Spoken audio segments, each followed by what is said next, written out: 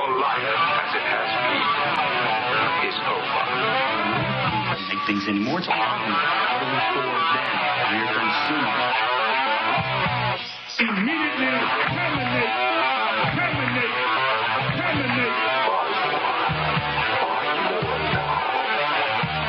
The man who thinks must think and act on his own.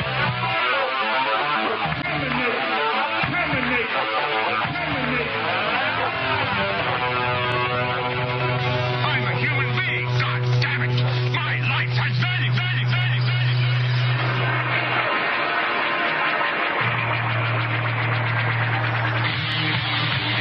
There is a halfway mark between the known and unknown, a middle ground or chamber where divine wisdom and truth reside. In this middle chamber, we will explore the territories and boundaries of social engineering, mind control, government conspiracies and cover-ups, hidden symbolism and the global power elites, dark, occulted manipulations of our world. Join us here in the middle chamber as we examine the ruling paradigm, consider alternative energy systems, as well as the ancient principles of natural law and hermetics, and train our awareness in a most novel and abstract manner to view reality from an entirely different perspective. And now, your host, Frater. Good evening, ladies and gentlemen. Welcome once again to another thrilling episode of The Middle Chamber with me, your ever-vigilant host for the evening, Frater X. Here we are. This show, boy, I'll tell you, I've been looking forward to this. I'm going to open it like this. Supposedly, St. Paul wrote in 1 Corinthians 15:17, "If Christ not be risen, your faith is in vain. You are still in your sin." And, that is something that, at the time, I mean, you could interpret that however you wish. But what we have tonight, we will look at some very intriguing research, which may be disturbing to many listeners, especially people of faith and deep religious convictions. But this does not have to be so. The book that Mr. Atwell wrote it doesn't kill true faith. The personal spirituality, which I believe dwells within each of us, our own light, as the Buddha alluded to in his final words, with doubt and find your own light. And the words attributed to Jesus say the kingdom of heaven is within each of us, within each one of us. And this does not come from a building or a specific version of Scripture or a specific teacher or preacher or etc. This is from within each one of us. And, no book or idea can ever diminish or change it. Only our own consideration and understanding about a thing. Personally, I come from my personal experience. I've talked about it a little bit already on the show. I was born a Catholic. I was loosely raised as a Catholic, though it was not a very strict religious family that I belonged to by any stretch of the imagination. But a couple of the schools that I went to did require that you claim a church, and you had to attend weekly services. And so I did claim the Catholic Church and attended Mass. And so I was raised with that. And like any good Catholic that I knew, I'd never read the Bible. I didn't even know that the stories that were in the Bible were in the Bible. I thought they were just folk tales or something that I heard and saw in cartoon form or comic books or whatever. And I just listened to the Father, or didn't listen to the Father, as the case may be, and the nuns. So, for me, it was just, we were just Catholics. We were Christians. We had this sort of arrogance about us. The other religion, the other denominations were sort of like, bastardized versions of us. It's what we were kind of taught to believe and all that. Well, then I grew into my adolescent years and became, a sort of a troubled teen and juvenile delinquent, a lot of mayhem and, basically harmless mayhem, but still, I got into some trouble and got into a place in my life where I questioned a lot of things and was very confused, and then, opened up a door to the Protestant faith through my travels. And as a young man, I came into contact with a community of believers who were living in a strict interpretation accordance to the Scripture. And so I spent the next couple years of my young adult life, from 18 to 20, associated with these people and attempting to also live in strict accordance with a fundamentalist interpretation of the Acts of the Apostles especially, but also the teachings of Jesus as laid out in the Synoptic Gospels.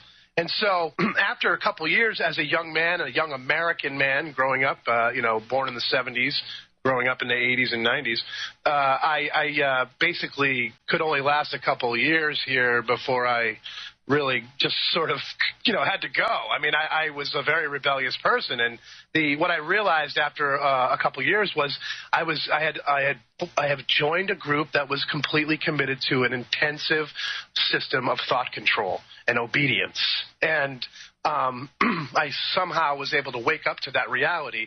And I think my belief is that it was my exposure to Eastern ways of liberation before I came into contact with this church that helped me to realize that there was something beyond this attachment, beyond the system that I had been entrapped in.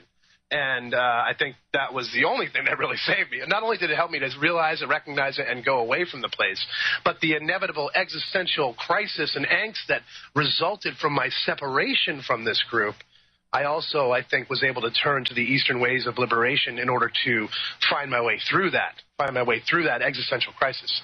And so, anyways, that's where I come from.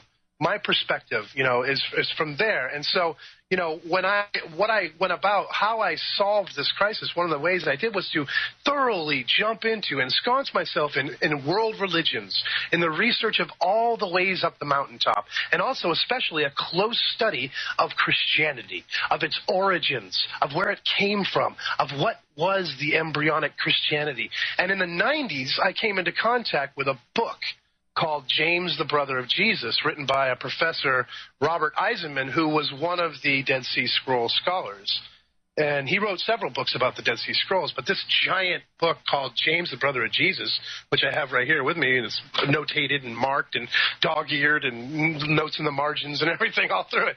This book changed everything because it showed me a whole new side to the Messianic movement, and it filled in a lot of the gaps. And, what our guest has done, what he has done with his research, and he, too, was exposed to this book, and it really inspired him, he told me himself. What he has done, though, is he has mapped out a playbook. He has recognized and mapped out a tool of control that I believe, and he also believes, is developed long ago, a technique whereby imperial state employs religion like a mental virus to inoculate a society against its own violent dissonance and revolutionary ideals. And, discovering the underlying, what he calls typological writing system encoded within the synoptic gospel accounts and the collected works of Flavius Josephus, Mr. Joseph Atwill has come to what will be a startling conclusion for many Americans and people of all nations worldwide. That is that the story of Jesus depicted in the New Testament Gospels and the man Jesus himself are, in fact, an invention of the Roman Flavian Caesars.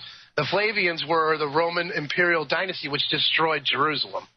Now, for all of you listening out there, I must say this book is one I have been waiting for my whole life, basically, and I just gave you a little background to go along with it.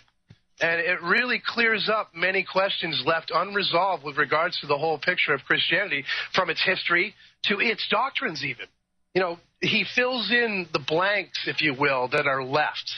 As I said, both Joseph Atwill and I are inspired by the works of Robert Eisenman, especially that book, James, the Brother of Jesus, but he also wrote other ones, Dead Sea Scrolls Uncovered. There's many of them. Just do a Google search. You'll find them. And, I started reading this book off the bookshelf in the local Borders bookstore back in the 90s when it was a brand new book. I was, going in there and marking the pages and, loitering, sitting down in one of their little soft chairs and reading it, And this led Mr. Atwill, though, down a road to his present research, Christianity's position in our Western collective psyche, no matter your perspective, is proof to me of the absurdity of convention and mass consciousness at its worst in some ways, I have to admit. Because if you're looking at a thing with a different set of eyes, it's like the emperor who wears no clothes. Again, that old, fairy tale. It's that same story all over again. But anyways,